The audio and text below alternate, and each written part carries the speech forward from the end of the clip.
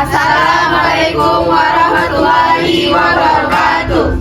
Baiklah, kami dari kelompok 4 akan memaparkan materi mengenai metabolisme karbohidrat dan protein pada hewan ruminansia dan non-ruminansia yang beranggotakan Saya Walidi Febrian BP 34. Saya Miko Andria dengan BP 045. Saya Fadila Hasana dengan BP 036. Saya Aziza Melani Putri dengan BP 08. saya Dehu Brandi dengan BP 048. Saya Aftona Fijaharan dengan BP 010. Saya Salsabila Zahra dengan BP 057. Saya Hamdan Farizki Ramadan dengan BP 039. Saya Rindy Saputra dengan BP 028. Selamat menyaksikan. Assalamualaikum warahmatullahi wabarakatuh. Saya Dehu Brandi dengan BP 048 akan menjelaskan tentang metabolisme karbohidrat dan protein pada hewan ruminansia dan non-ruminansia. Tujuan pembelajaran ini adalah memahami proses metabolisme karbohidrat dan protein. Yang kedua, mengetahui perbedaan metabolisme pada hewan ruminansia dan non-ruminansia. Yang ketiga, menjelaskan peran enzim dan mikroba pada proses metabolisme. Nah, sudah tahu belum apa saja hewan ruminansia dan non-ruminansia? Hewan ruminansia contohnya yaitu sapi, kambing, domba, dan lain-lain. Dan non-ruminansia ada ayam, babi, kuda, dan lain-lain.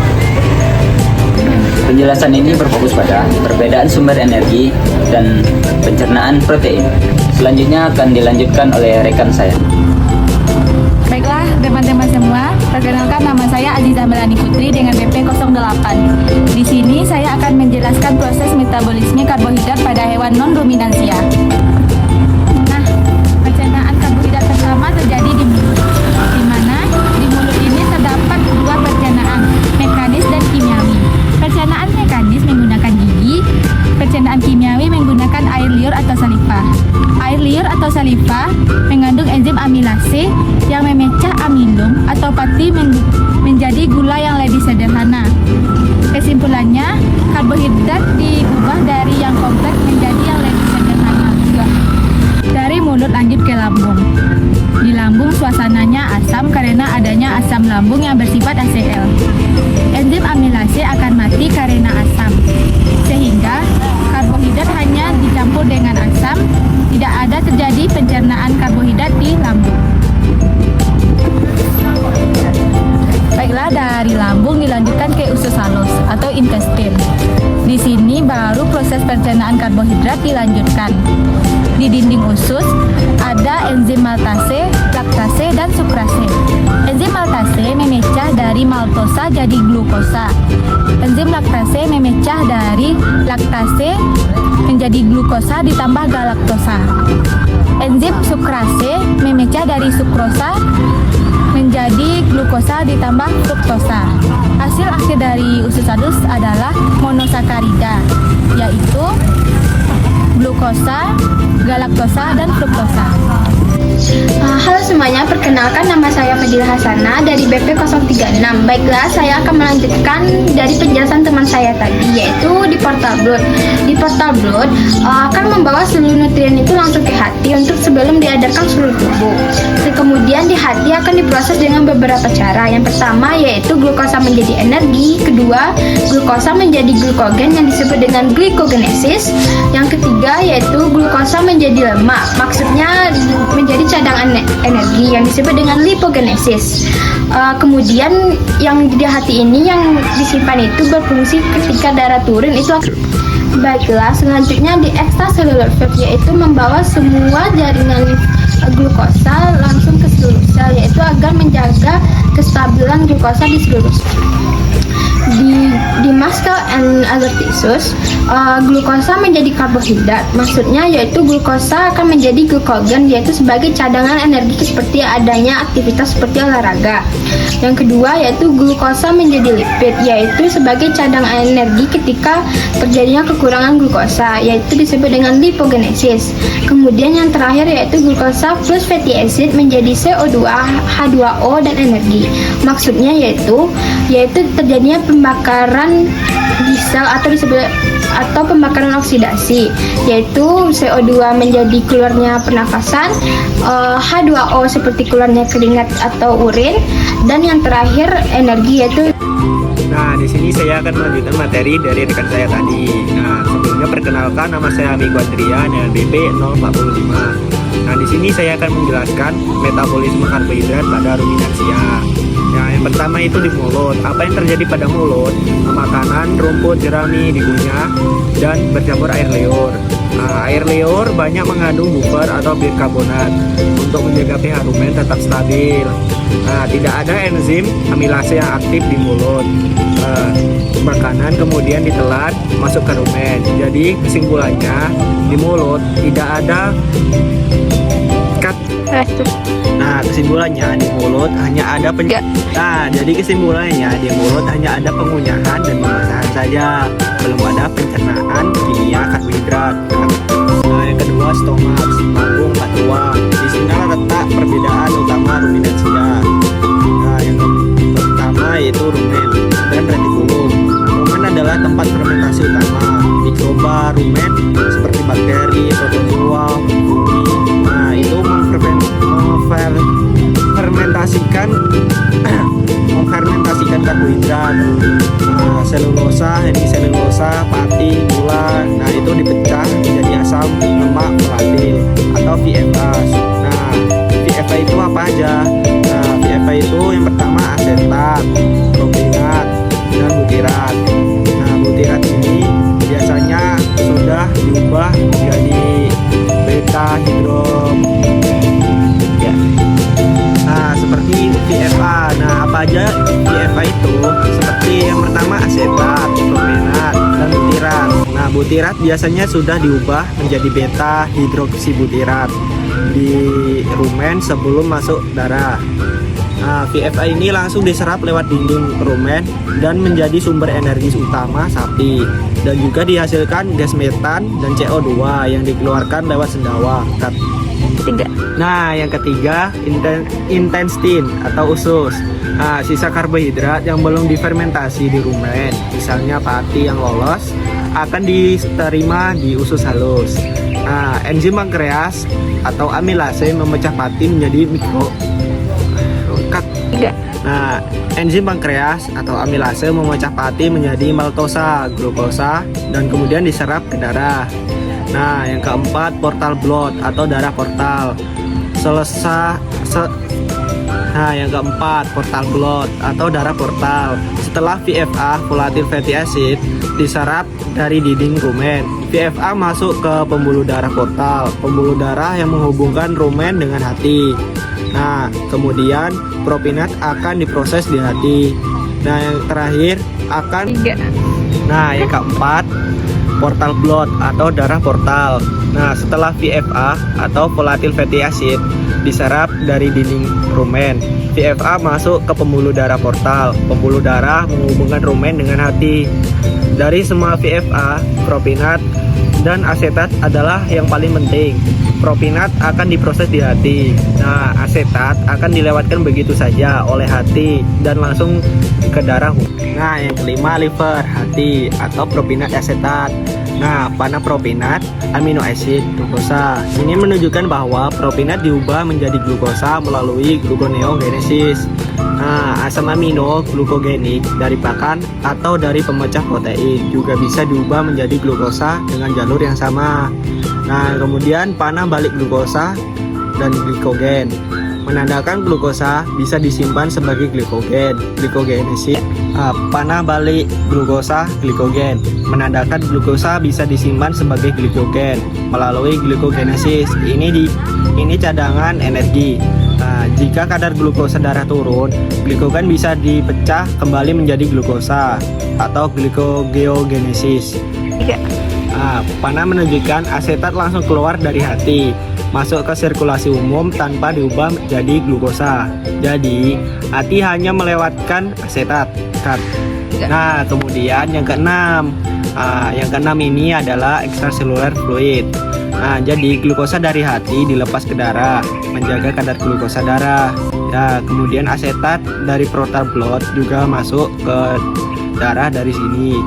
Nah, kemudian Jadi di darah ada dua sumber energi utama. Yang pertama glukosa dan asetat. Nah, glukosa yaitu dipakai untuk otak, kelenjar susu, sel darah merah. Nah, yang kedua asetat dipakai untuk otot dan jaringan lemak sebagai energi dan bahan pembentuk lemak. Nah, glukosa karbohidrat. Maksudnya, glukosa disimpan dalam bentuk glikogen otot. Nah, proses ini disebut glikogeogenesis. Nah, glikogen otot akan dipakai nanti saat hewan beraktivitas atau butuh energi cepat. Glukosa, asetat, asam lemak, CO2, H2O, dan energi. Panah ini menunjukkan pembakaran atau oksidasi di sel. Di mitokondria, glukosa, asetat, dan asam lemak dipecah melalui siklus Krebs dan rantai transport elektron. Nah, menghasilkan CO2, H2O, dan energi ATP. Nah, CO2 ini dibuang lewat pernapasan. H2O sebagian keluar sebagian. CO2 dibuang lewat pernapasan, H2O sebagian keluar sebagian urin atau keringat. Energi ATP untuk kontraksi otot, kerja sel, metabolisme. Nah, yang ketiga, asetat lipid. Asetat juga dipakai sebagai bahan baku sintesis lemak di jaringan lemak. Proses ini penting untuk penyimpanan energi jangka panjang untuk pembentukan lemak susu pada sapi laktasi.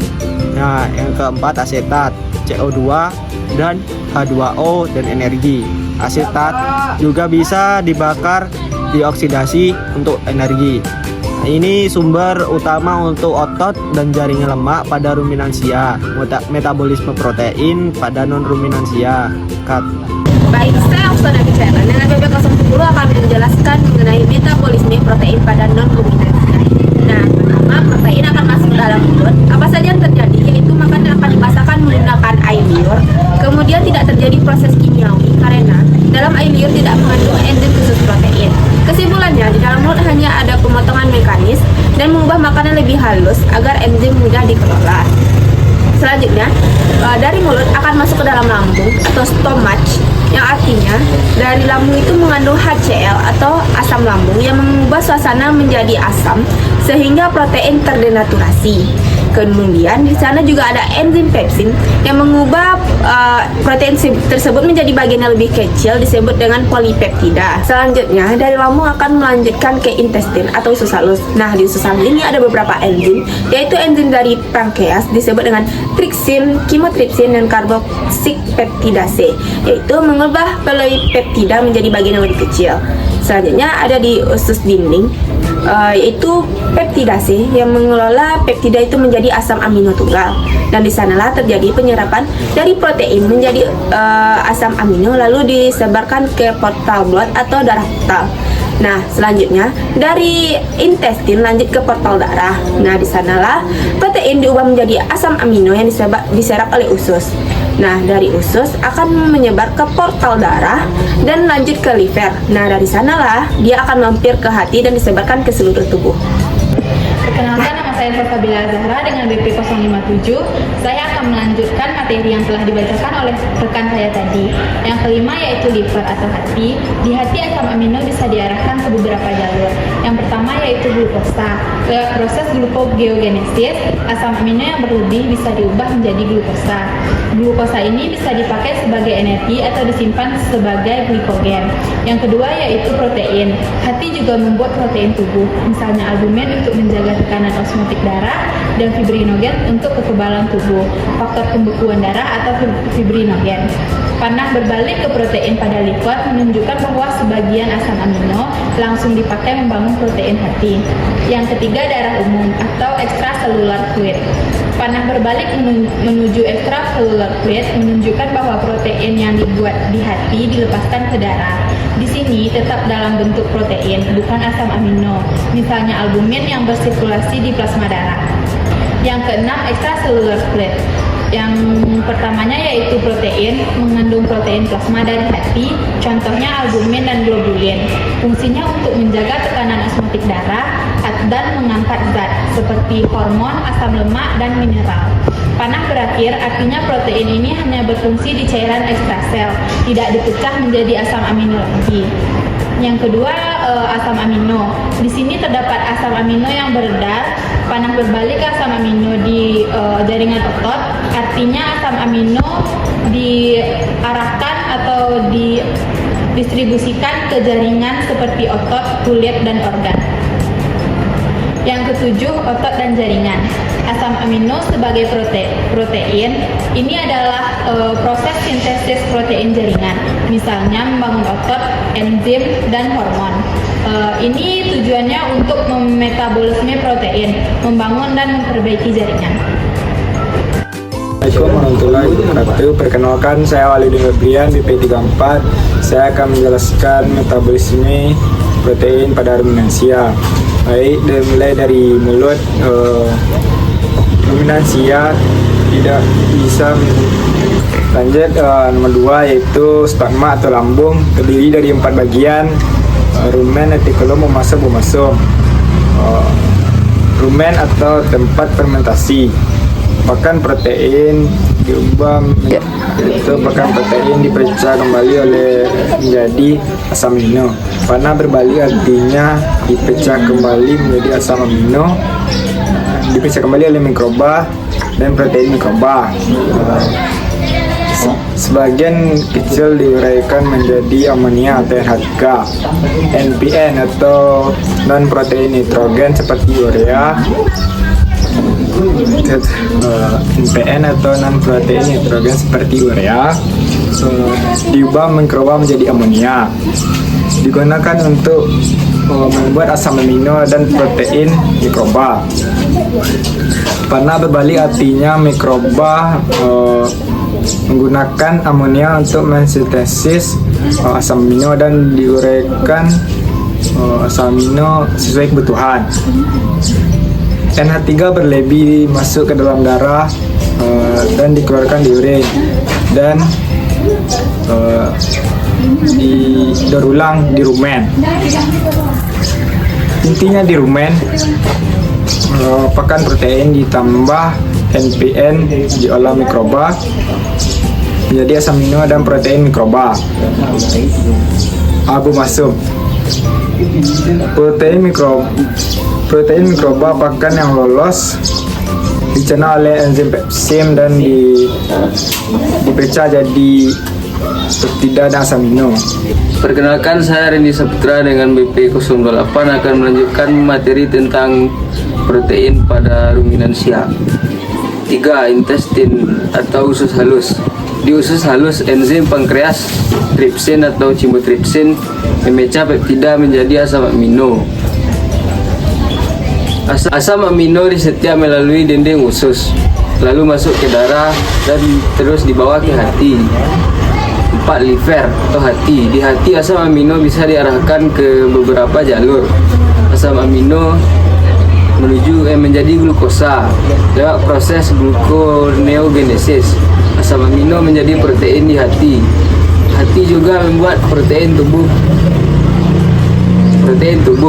Panah berbalik ke protein pada liver menunjukkan bahwa sebagian asam amino langsung dipakai membangun protein hati. Asam amino menjadi darah umum atau extracellular fluid. Panah berbalik menunjukkan bahwa protein yang dibuat hati dilepaskan ke darah. Di sini tetap dalam bentuk protein. Sebelumnya, perkenalkan, nama saya M. Jafar Rizky Ramadan dengan BP 039. Yang pertama, extracellular fluid. Yang pertama, protein mengandung protein plasma, yaitu seperti albumin dan globulin. Fungsinya untuk menjaga tekanan osmotik darah dan membawa zat seperti mineral, asam lemak, dan hormon. Dan di sini protein tidak dipecah lagi menjadi asam amino. Dan di sini asam amino didistribusikan ke jaringan seperti otot, organ, dan kulit. Selanjutnya asam amino menuju ke muscle and other tissues. Di sini asam amino diubah menjadi protein. Ini adalah proses sintesis protein jaringan. Misalnya membangun otot, enzim, dan hormon. Ini adalah tujuan utama metabolisme protein, membangun dan memperbaiki jaringan. Itulah pemaparan dari kelompok kami. Sekian, terima kasih. Assalamualaikum warahmatullahi wabarakatuh.